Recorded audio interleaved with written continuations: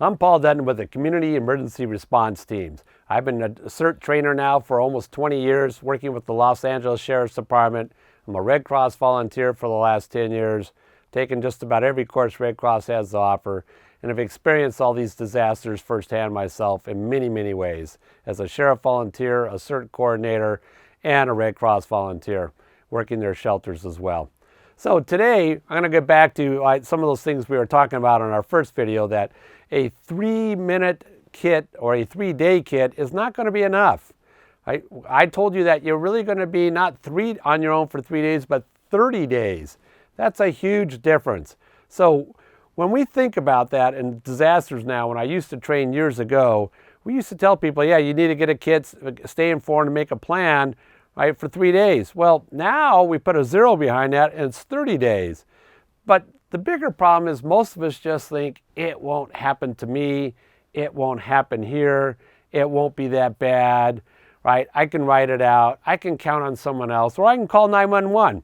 So that's just not going to be the case because our resources are going to be overwhelmed. And our problem is, right, that we come from the land of La Crescenta. And in La Crescenta we have floods, we have fires, we have earthquakes, we have all kinds of good stuff. And in key elements of our disasters, we're going to find out that we're going to be overwhelmed. Our resources, our fire department, as great as they are, and our sheriff's department, as great as they are, and our EMS and our personnel are all going to be overwhelmed. You are going to be on your own for the next 30 days. Now let's think about that. Would you want to be able to, are you ready to camp out in your house for the next 30 days without any power, without any electricity? Okay, you've turned off the gas after a major earthquake. You've turned the water off now because you've had bad water running through your pipes. And so now you need clean water. Guess what? You need a gallon of water per person per day. If you have a family of 4 and you have Fido with you, you're going to need a 5-gallon bottle of water for each day. That means you're going to need 30 of those. You mean, wait a minute, Paul, I'm going to need 30 gallons, 35-gallon jugs, right, for the next disaster? I said, yeah, at least that. And here's the thing. Certainly after 3 days, the fairy godmother's not going to come down and wave her magic wand and say, everything's going to go back to perfect reality. No, right? Our infrastructure is going to be damaged. Pipes are going to be broken. Water pipes are going to be broken. Right? We're going to have water running down the street with now down power lines that can energize them, all after a major disaster like an earthquake. What we've been talking about, what Dr. Lucy Jones has been talking about for years now with the great Southern Cal Shakeout that we've been doing, right, in the Golden Guardian program for well over 10 years, trying to educate all of us on you need to be ready. Well, I'm trying to tell you that getting a kit, making a plan, staying informed is not going to be nearly enough. So let's talk about your family disaster plan, because I want to get you prepared for that next family disaster plan. So here's what some of the things are going to look like. Some of these pictures you're going to see here are from Ridgecrest. Ridgecrest, the first thing they had to go for was water. And the second thing they worried about was the fire.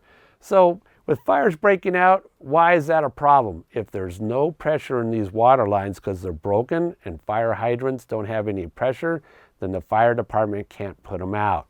Right? They only have so much water in their tanker trucks, and that's it. In the 1994 earthquake, there was 123 unabated fires, right, gas-related fires in the Northridge area. It took them 3.5 days to put them out. They had to go and get tanker trucks, follow behind the fire truck, hook up their hoses, and finally put out that fire. I said, that's a big issue, and that's a big concern. So fire is always our next problem. So, and key elements of our disasters, like, yes, those resources are going to be overwhelmed.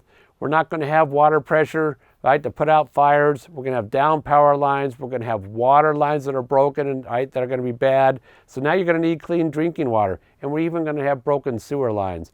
So our whole infrastructure is going to be a problem that we're going to need to worry about. We don't think this will happen here. We can show you time and time again of earthquakes and disasters and floods and hurricanes and tornadoes where this has happened. We know it has happened and we see it. And we always see people on the news going, I didn't think it could happen to me. Well, it's going to happen to you. So now, since you're here on this video, listen, I'm going to tell you about how your family disaster plan is going to make that difference.